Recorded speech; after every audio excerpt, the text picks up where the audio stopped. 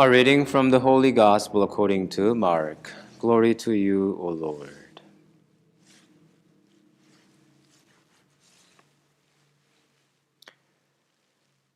Jesus came to his hometown, and his disciples followed him.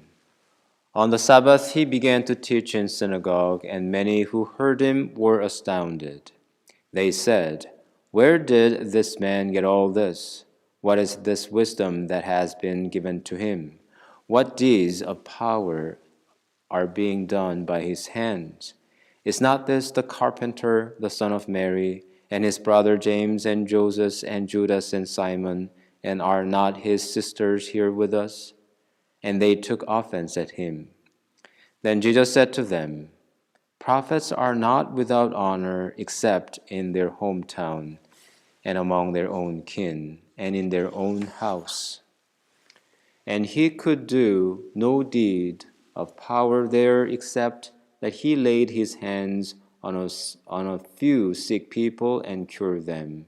And he was amazed at their unbelief.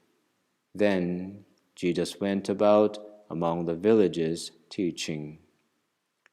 The Gospel of the Lord. Praise to you, Lord Jesus Christ.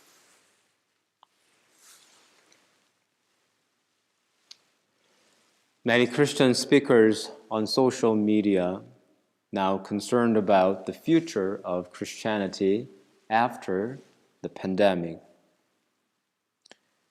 Once virtual services and group gatherings become our norm and take root in faithful's behaviors, gathering them again inside the church might be difficult.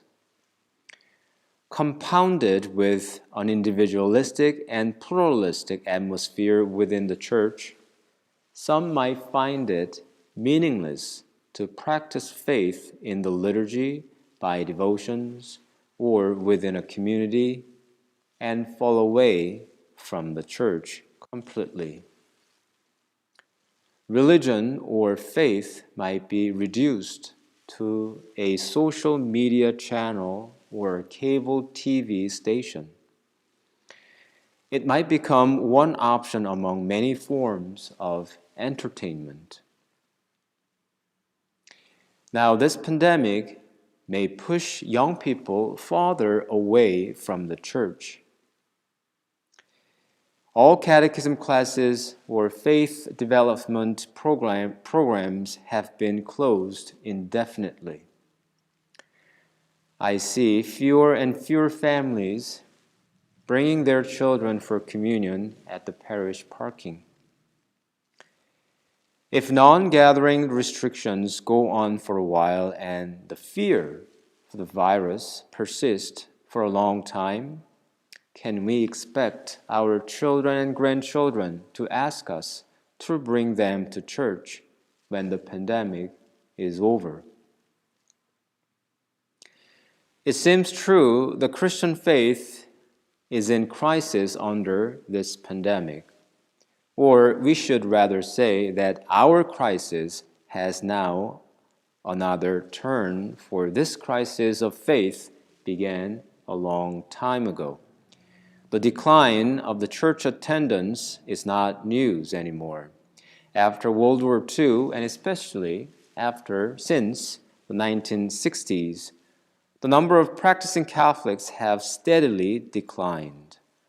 The number of priestly and religious vocation plummeted. Many religious orders and communities are disappearing, and so many local parishes don't have resident clergy now.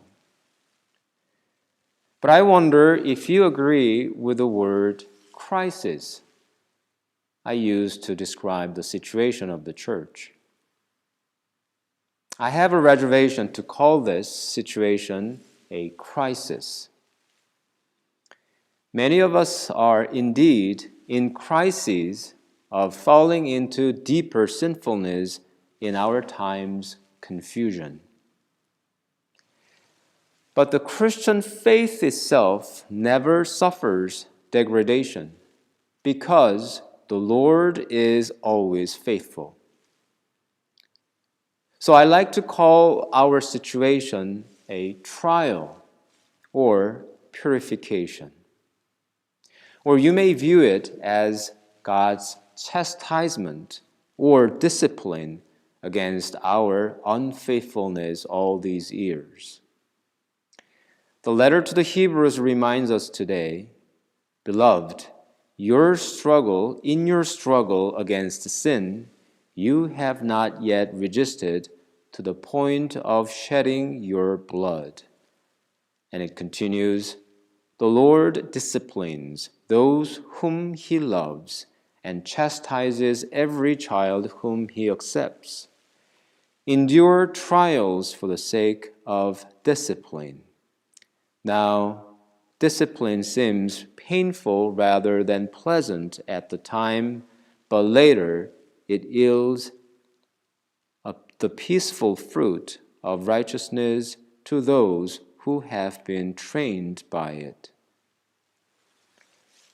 My brothers and sisters, it is time for discipline. Only faithful ones will spiritually survive this pandemic. Keep your ears open to the words of the Lord. Teach your children the faith you received from the church. Pastors cannot replace you now. And let us gather our strength.